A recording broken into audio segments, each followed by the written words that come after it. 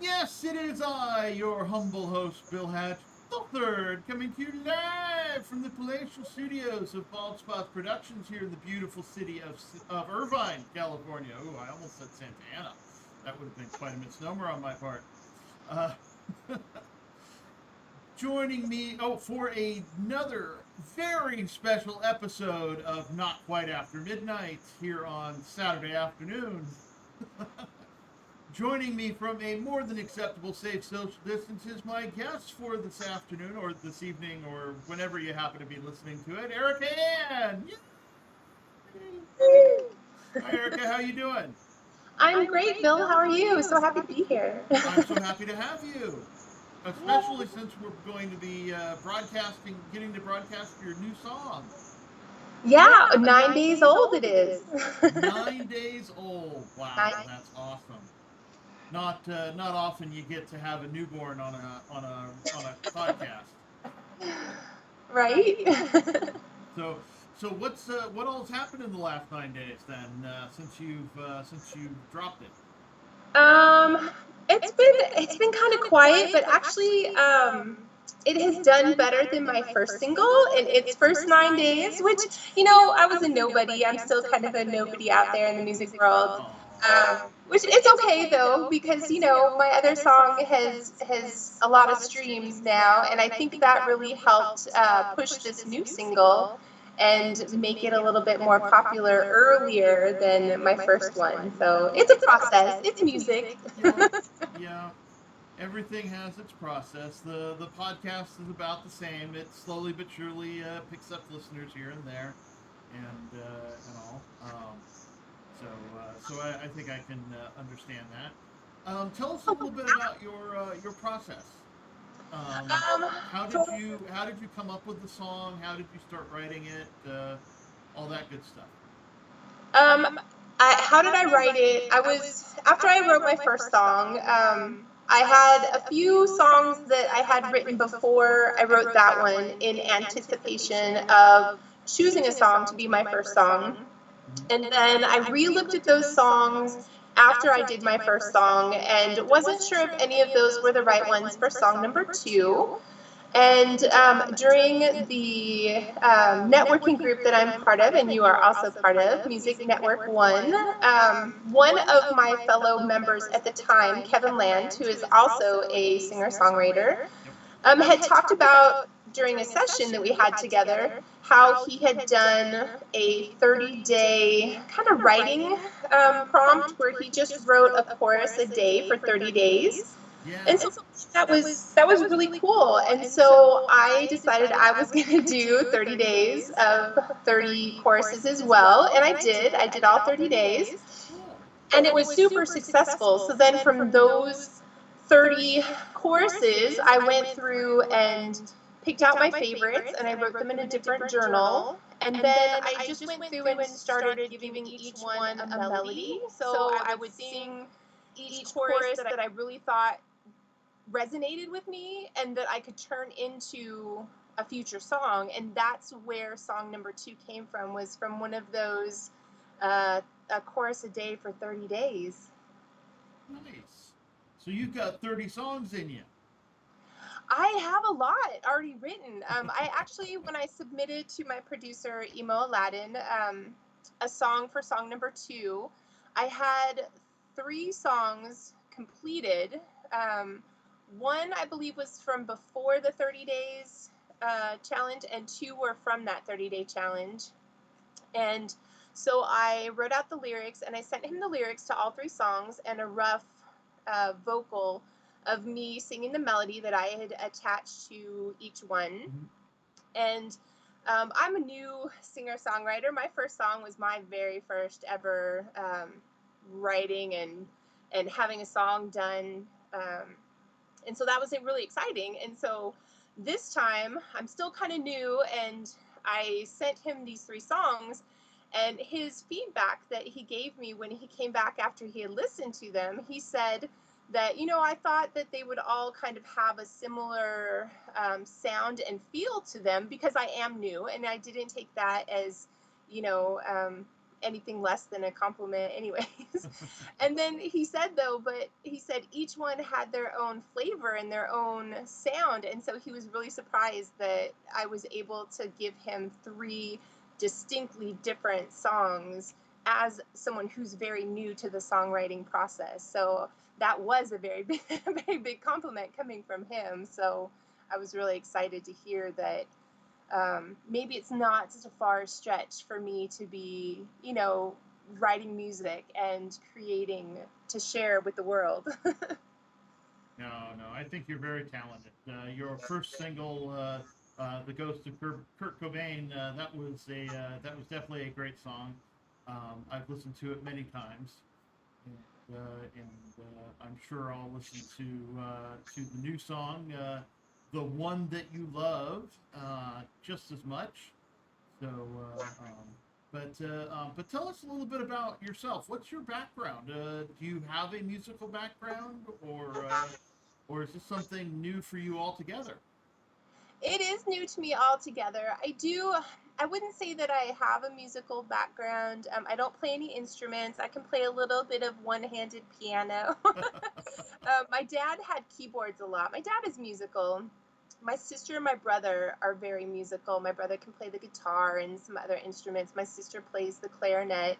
So I feel like I just didn't get that that talent. I got the art talent from my mom's side of the family. But being creative kind of goes hand in hand. So music and writing and all that is all still a creative process. I just don't have the hand coordination to do like the chords and everything. I've been trying to learn guitar, but so my musical background, I have done like karaoke. So I've sang in front of a crowd before because I've done, like I said, karaoke at clubs and stuff. I was always in love with like singing and becoming a singer songwriter when I was a teenager. I mean, who doesn't? I grew up in LA. So growing up in LA, and when I was 15 and a half, my best friend, Barbara, and I, we are still friends. Very good. We talk every week. Um, we used to go see The Unforgiven, a group that was like Western before Western hit like the mainstream and was a big thing. And we would go see them in LA in little tiny clubs. So, I mean, at 15 and a half, being able to go out and go to clubs in Los Angeles and see a lot of bands that, now are still around and still playing was like a gift, I think, because not all cities have, a good music hub that you can go to when you're young or even when you're, going through your 20s and 30s. And certainly LA did. So I was lucky in that. And so, of course, I always wanted to be a singer songwriter, but I had the parents that were like, they wanted to keep me grounded. And yeah, no, people don't go out and just become singer songwriters, actresses, models, none of that. I had to have a real job and put all that silly thought aside. Yeah, yeah. No, I've heard that many a time, but what made you finally break free from that thought to actually start writing? Once I left the Navy, I was in the Navy for 20 years. I retired from the Navy, and towards the end of my Navy career, I would do things that weren't necessarily, I didn't need to do them. Like I went to work at Medieval Times when I was stationed in Dallas, and I absolutely loved it. I was a photographer, so I got to go around and take pictures of people and dress up like a wench, and I just loved every little bit of it. It was like being an actress, but not, being on TV or anything. But the people who were there to see you, I mean, this is their vacation, so they were so just happy to see me and interact, and I loved that. So I decided if I could do that as a side gig, I could probably do just about anything as a side gig. Although I didn't know how to go about being more musical. I do have two really poorly sounding recordings from back when they used to have, like, you could go into the little booth, usually like in a touristy town, and you could record yourself to music, and then they give you the. I have one as a cassette tape of Bette Midler's The Rose, Okay. and it's not bad per se, but it's definitely not all in tone. It's a bit pitchy. So Little that pitchy. was Really, that was like little pitchy 16 years dog. old. And then I have one when I was a bit older, and I say my son and I have a song, "You're the One," and so that was always our song because for a long time I was a single parent. It was just the two of us, and so I tried to sing that for him, and it just did not come out very well because it's not in my vocal range. As much as I love the song and I do love to sing it, it's not what like I feel like I'm meant to sing. So and now being able to have a producer and have someone who helps me um, be in the right vocal range for my voice, it definitely helps. And so I'm so glad that I didn't just give it up from those two recordings and be like, oh no, this isn't for me. Oh, third time's the charm, right? Absolutely. Never give up. Never Never give give up. up. Just keep practicing and studying and figuring out what it is that you need to do to accomplish. And that could be with anything. If you want to write a book, you want to do art, it doesn't matter because everything's subjective. There's always going to be a fan out there who's going to like what you're presenting. Even if, 90% of the people in the world didn't like either of my songs, I am still good with just having that small 10% that do. Even if it was just my family, I would still be Well, feeling 10% of the accomplished. world's still 700 million people. So. Very, very true. So yeah, if each of them bought your song on one of the streaming platforms, that'd be pretty good. Yeah, that would be pretty good. It was not my goal, though, for sure. It definitely was not a stardom, and at no point did I ever think putting a song out that it was automatically going to be something that everybody heard readily, or that it was going to launch me into some sort of stardom, because it's really not at this point in my life what I'm looking for. It's more of hitting those bucket list items and doing things that make me feel accomplished in my life and leaving tangible things behind for my children. And so that was the main focal point of the Ghost of Kurt Cobain for sure. And now I never thought I would do another song after that one. I just figured it would be like a blip on the musical radar, and it would come out and maybe like 100 people, friends and family would listen to it, and then that would be it, and I would just go on my merry way being like, oh, I have a song. And it's not what happened. So I'm truly blessed that as many people have listened to it and still listen to it to this day. I don't think I have many days that go by where someone does not listen to it, and that's just it blows my mind. About how many streams are you up to? um, I am just shy of 15,000 for the Ghost of Kurt Cobain, so I'm Nice. about 100 and I want to say 160, I think, right now away from 15,000, and that's just under 2 years. It'll hit its 2-year birthday on November 20th of this year.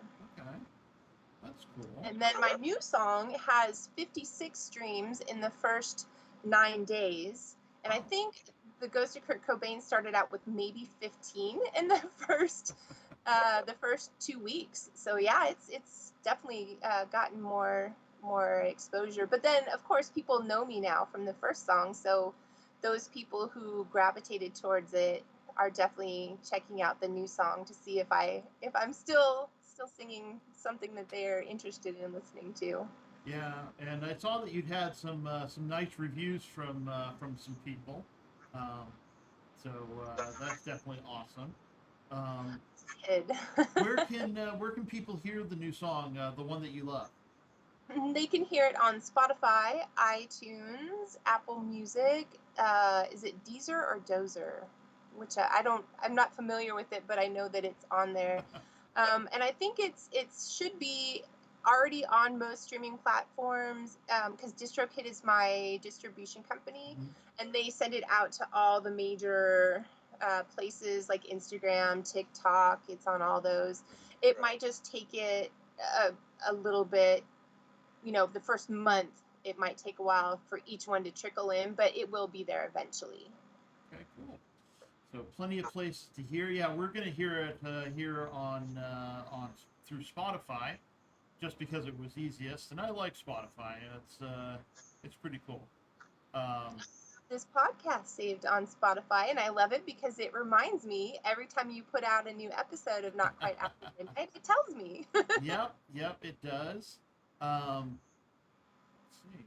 How do I get the link for when? Let's see. I'm checking to see if I can. Okay, share copy song. Okay, there we go. Yeah, I'll put the link to the song on Spotify in the description so people can find it real easily. Awesome. And, yeah, I like the way Spotify tracks the number of listens and all of that kind of stuff. Very good insights. I guess Yeah, that's what they call yeah, it. the insights, the analytics. Your algorithm and stuff. I prefer Spotify too because it's really quick and they update it daily. Yeah, that's for sure. That's for sure. Well, let's see if we can get the song to work, and then we'll continue on. Okay, I'm going to move us from. Wait. Oh, okay. I'm like, it cut off your head. And I know why. Let me fix that. Okay, there we go. Okay, I'm gonna switch it so they won't be able to see us. They'll see Spotify in the thing. And I'll go ahead and take it off of mute. Hit play. There we go. I don't know if you can hear it. Can you hear it? Nope.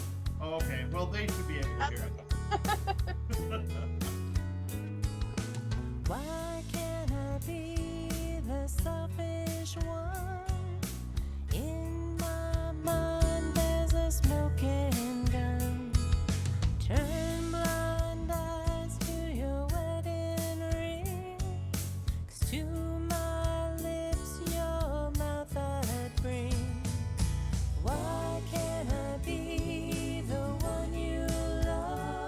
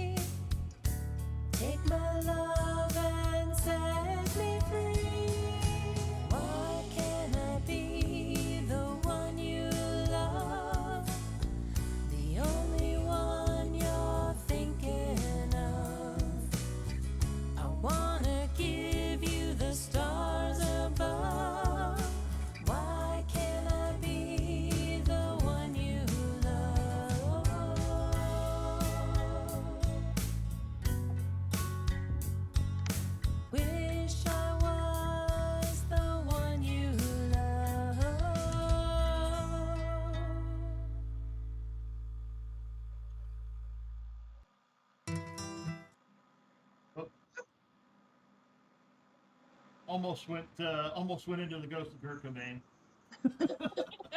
Which wouldn't be a bad thing, but No, that wouldn't be a bad thing. We could play that too.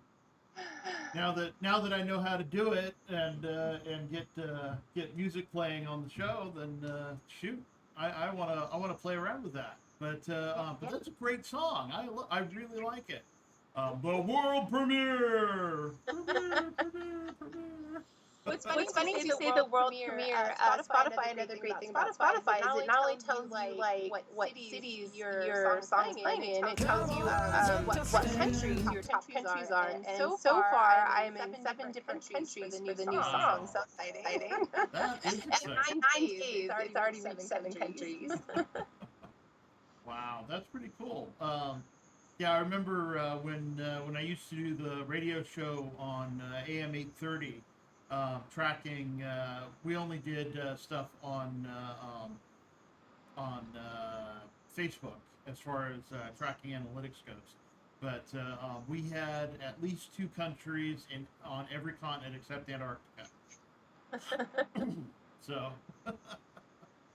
But the Ghost of Kurt Cobain has reached 99 countries. It told me last year at my Spotify wrap up. So it's got a few more than the new single, but the new single will get there.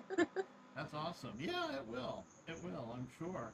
And then when you finish the rest of your album,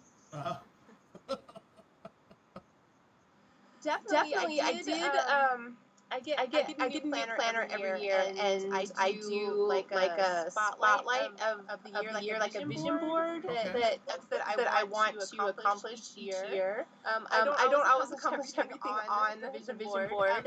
Song number 2 was definitely on the vision board for this year, and it did get done. So I added song number 3 onto the vision board for next year. But even if it falls maybe a year after that, because I did put 2 years in between song 1 and 2. Just to be able to give the first one enough time to promote it and still track it and get it out there and pass the word. So, but now that I'm a little bit more known, I might not need that much time to put out song number 3. I've just got to decide what song is going to fit with the first 2, so that now that if I'm thinking for album, I want to make sure that it's cohesive and that everything's going to fit together. And I'll definitely release it as a single first because I think it's smarter in this day and age to release each song and give it its own time and its own not marketing, but promotion, so that people can hear it and maybe fall in love with it, and it doesn't get lost on an album in 13 tracks. Let's see, 13 tracks every 2 years, so we're looking at 26 years, or I have 2 other songs already finished. I sent 3 emo, and then we just narrowed it down to 1. So I actually have 2 more done that become songs very quickly.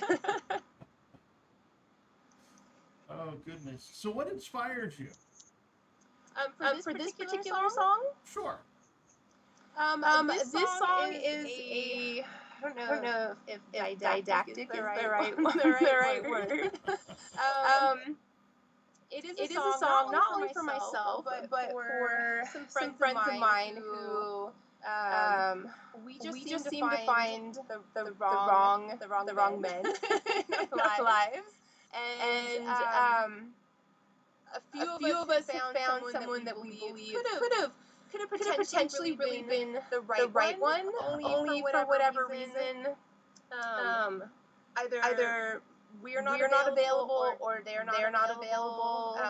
In my case, it definitely would be they're not available to be the right one. And I know there's a lot of people out there who fall into this, which is why I wrote the song, because I want people to understand that just because you find someone that you believe is the right one, there should be no stigma that says that you're a bad person for falling in love with someone that you can't necessarily be with. Not everyone who falls in love with someone that they know is not available is one of those people that is trying to ruin a relationship or to make that relationship, but their feelings are still real feelings. They're still true feelings, and I feel like they should not be treated poorly for having feelings. You know, because we don't try to fall in love with certain people. I mean, maybe there are people out there who do, but I mean, if you genuinely just wake up one day and you're like, wow, I really like this person, but wow, I can't, that person's not available. They have a commitment. And so that's why in the song, I start out with the line, why can't I be the selfish one? Because I am a good person is why. Because I'm not going to be that person who's going to try to ruin, someone else's happiness. Because I'm happy for those who are in relationships nowadays, because I feel like relationships just don't last. Like the relationships of our parents, like my parents have been together almost 60 years, or, maybe just over 60. And it's like, you don't see that nowadays. People just don't stick with it and stay together. So I definitely applaud people who do find the one and do get to celebrate those milestones, because I certainly did not choose wisely in my 2 relationships, and some of my smaller relationships. Just, they were not nice people, and so I'm just plodding on and hoping to share my wisdom with other people, even if it's just to let them know that they're not alone out there in the world, for sure. I did like the line in there, how do I exercise you from my mind? It is tough, let me tell you, because I am going to be 100% honest. This song scared me to release it, because my inner circle knows me, and they know for whom I would be releasing this song, from my standpoint. They don't know like the other people that I wrote it for, because I'm good at keeping secrets, and I definitely would not throw anyone out there. But it was not just written for me. Some of the lines are not like I loved you right from the start. That's for somebody else. It is not something, I did not fall in love with someone like love at first sight. It didn't happen for me. So, but I did wake up one day and realize that I was in love with someone who could not return that love. And it's okay. It happens. Yeah. But it's not like I can just turn off those feelings and not be that person, and not have those feelings. And it's very difficult finding yourself, in that position, trying to do the right thing, wanting to still be a friend with this person, because you do enjoy their company, you enjoy things about them, whatever it was that, you felt like you had in common, and it just makes it difficult. And so it was a scary thing putting it out there, but emo is very, what's the word?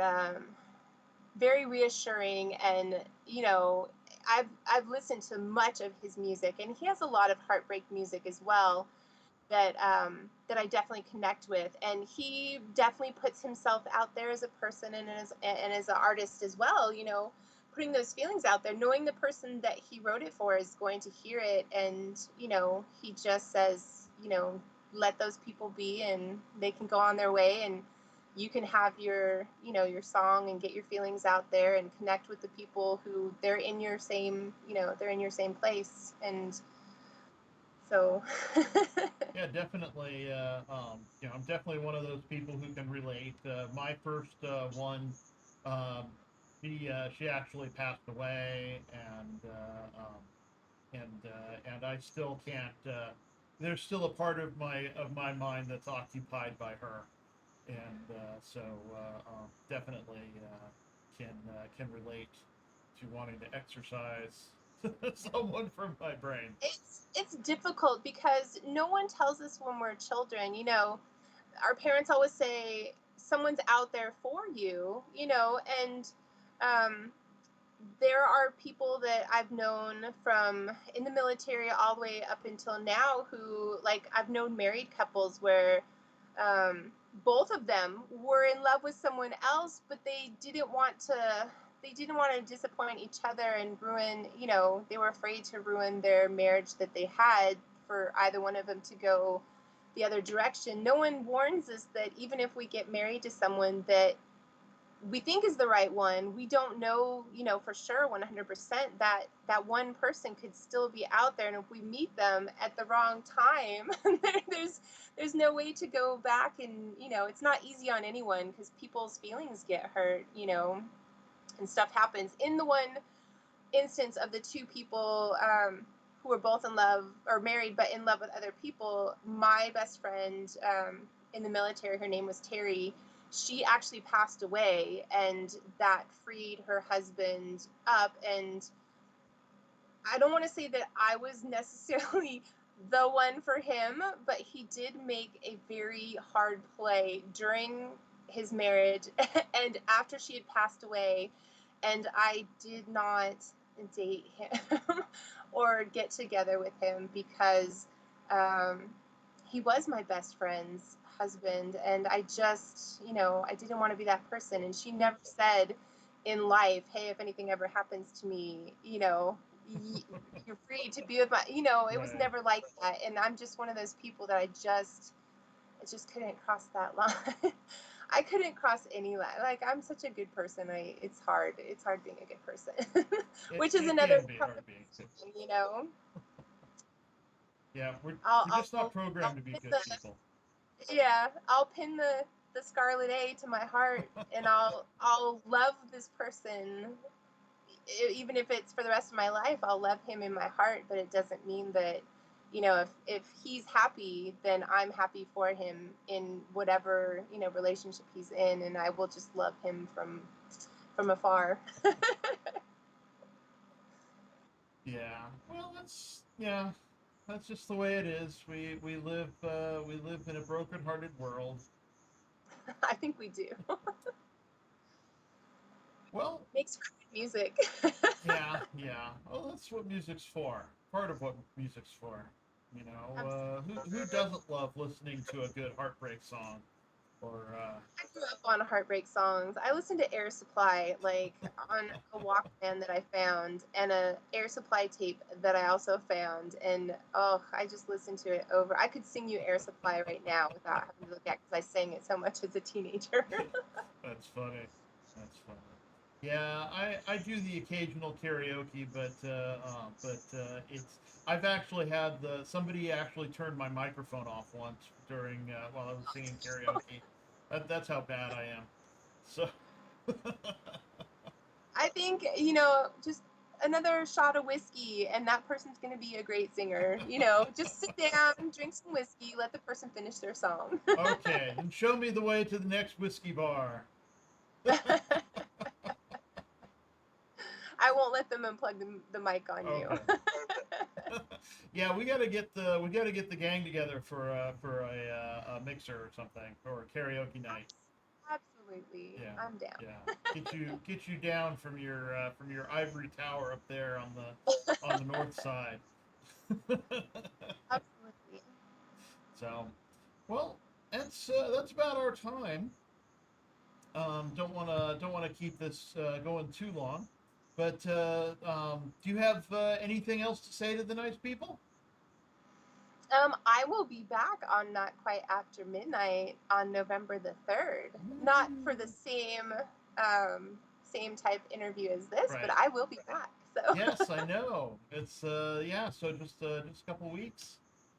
I'm looking forward to it. Yeah, me too. It's a lot of fun. Yeah, what was it? Not this week's. It hasn't had enough time to stew yet. But the week before, we got over 20,000 views on YouTube. So, which was really exciting. When you hit numbers like that. Yeah, for sure. And what's awesome is after that one show hit those numbers, all the other shows started hitting bigger numbers too, because people were exploring and going, oh, what else can I see? So that was pretty awesome. But yeah. Okay then. Let's see. I decided to stop asking the hot dog question. I found that I used to ask all the guests, is a hot dog a sandwich or not? And then I saw a New York Times article that declared a hot dog a taco. So I decided to stop that nonsense. Now I need to come up with a new bit of nonsense to end the show with. But but anyway, the song is "The One That You Love." I've been speaking with Erika Ann. You can find her wherever fine music is proffered, um, and I certainly hope that you do. And yeah, the next thing we got to get you to do is a video. Yeah, absolutely. Yeah. I know Emo said I need to do a video, so Yeah. I am working on it. I'm working on getting this song onto a single too, where it's available. I still have copies of The Ghost of Kurt Cobain available Okay. for purchase, and then I'm getting ready to put the new single on Cool. on a disc too. So That'll be awesome. coming soon. Coming soon to a store near you. All right then. Well, I will bid you a fond farewell, and certainly hope. You know, this is not the only show that we have. Of course, later this evening, I'll be doing YWL Online's "Anything Can Happen" Saturday. So be sure to tune in for that. And then this coming Tuesday will be another episode of YWL Online's Totally Approachable Bible Study for All, where we'll be diving deep into the Psalms once again and see some meaning for it. And then on Thursday we'll be having another episode of Not Quite After Midnight. This time with Lynn Hightower and Brad C. Anderson. So it'll be another interesting conversation. So I hope you'll join us, and stay tuned for the end credits. That's it. I'll roll the end credits, and so you can go now. Be on your way. All right. I'll see you on Wednesday. Okie doke. Have a great one. Bye. Bye. Oops. Wrong thing. Okay, there we go. Thank you all for tuning in. This has been a presentation of Bald Spots Productions. I'd like to thank my producer, my beloved mother, Eileen Hatch. I, of course, am your humble host. I'd like to thank my special guest, Erika Ann. Yeah! If you feel so led, please support the show over on Patreon. We're known as Bald Spots Pro. That's the production company. That's a vanity label, I know. Don't miss YWL Online, airing on Tuesdays and Saturdays. You can find YWL Online on Facebook and wherever fine podcasts are sold. Tune in next time for Lynn Hightower and Brad C. Anderson. Please be sure to like, comment, and share to stay informed. You know, subscribe, follow, whatever you got to do to kick that algorithm into gear, and so we can reach more people, because that's pretty important. So once again, thank you all for tuning in, and have yourself a wonderful whenever.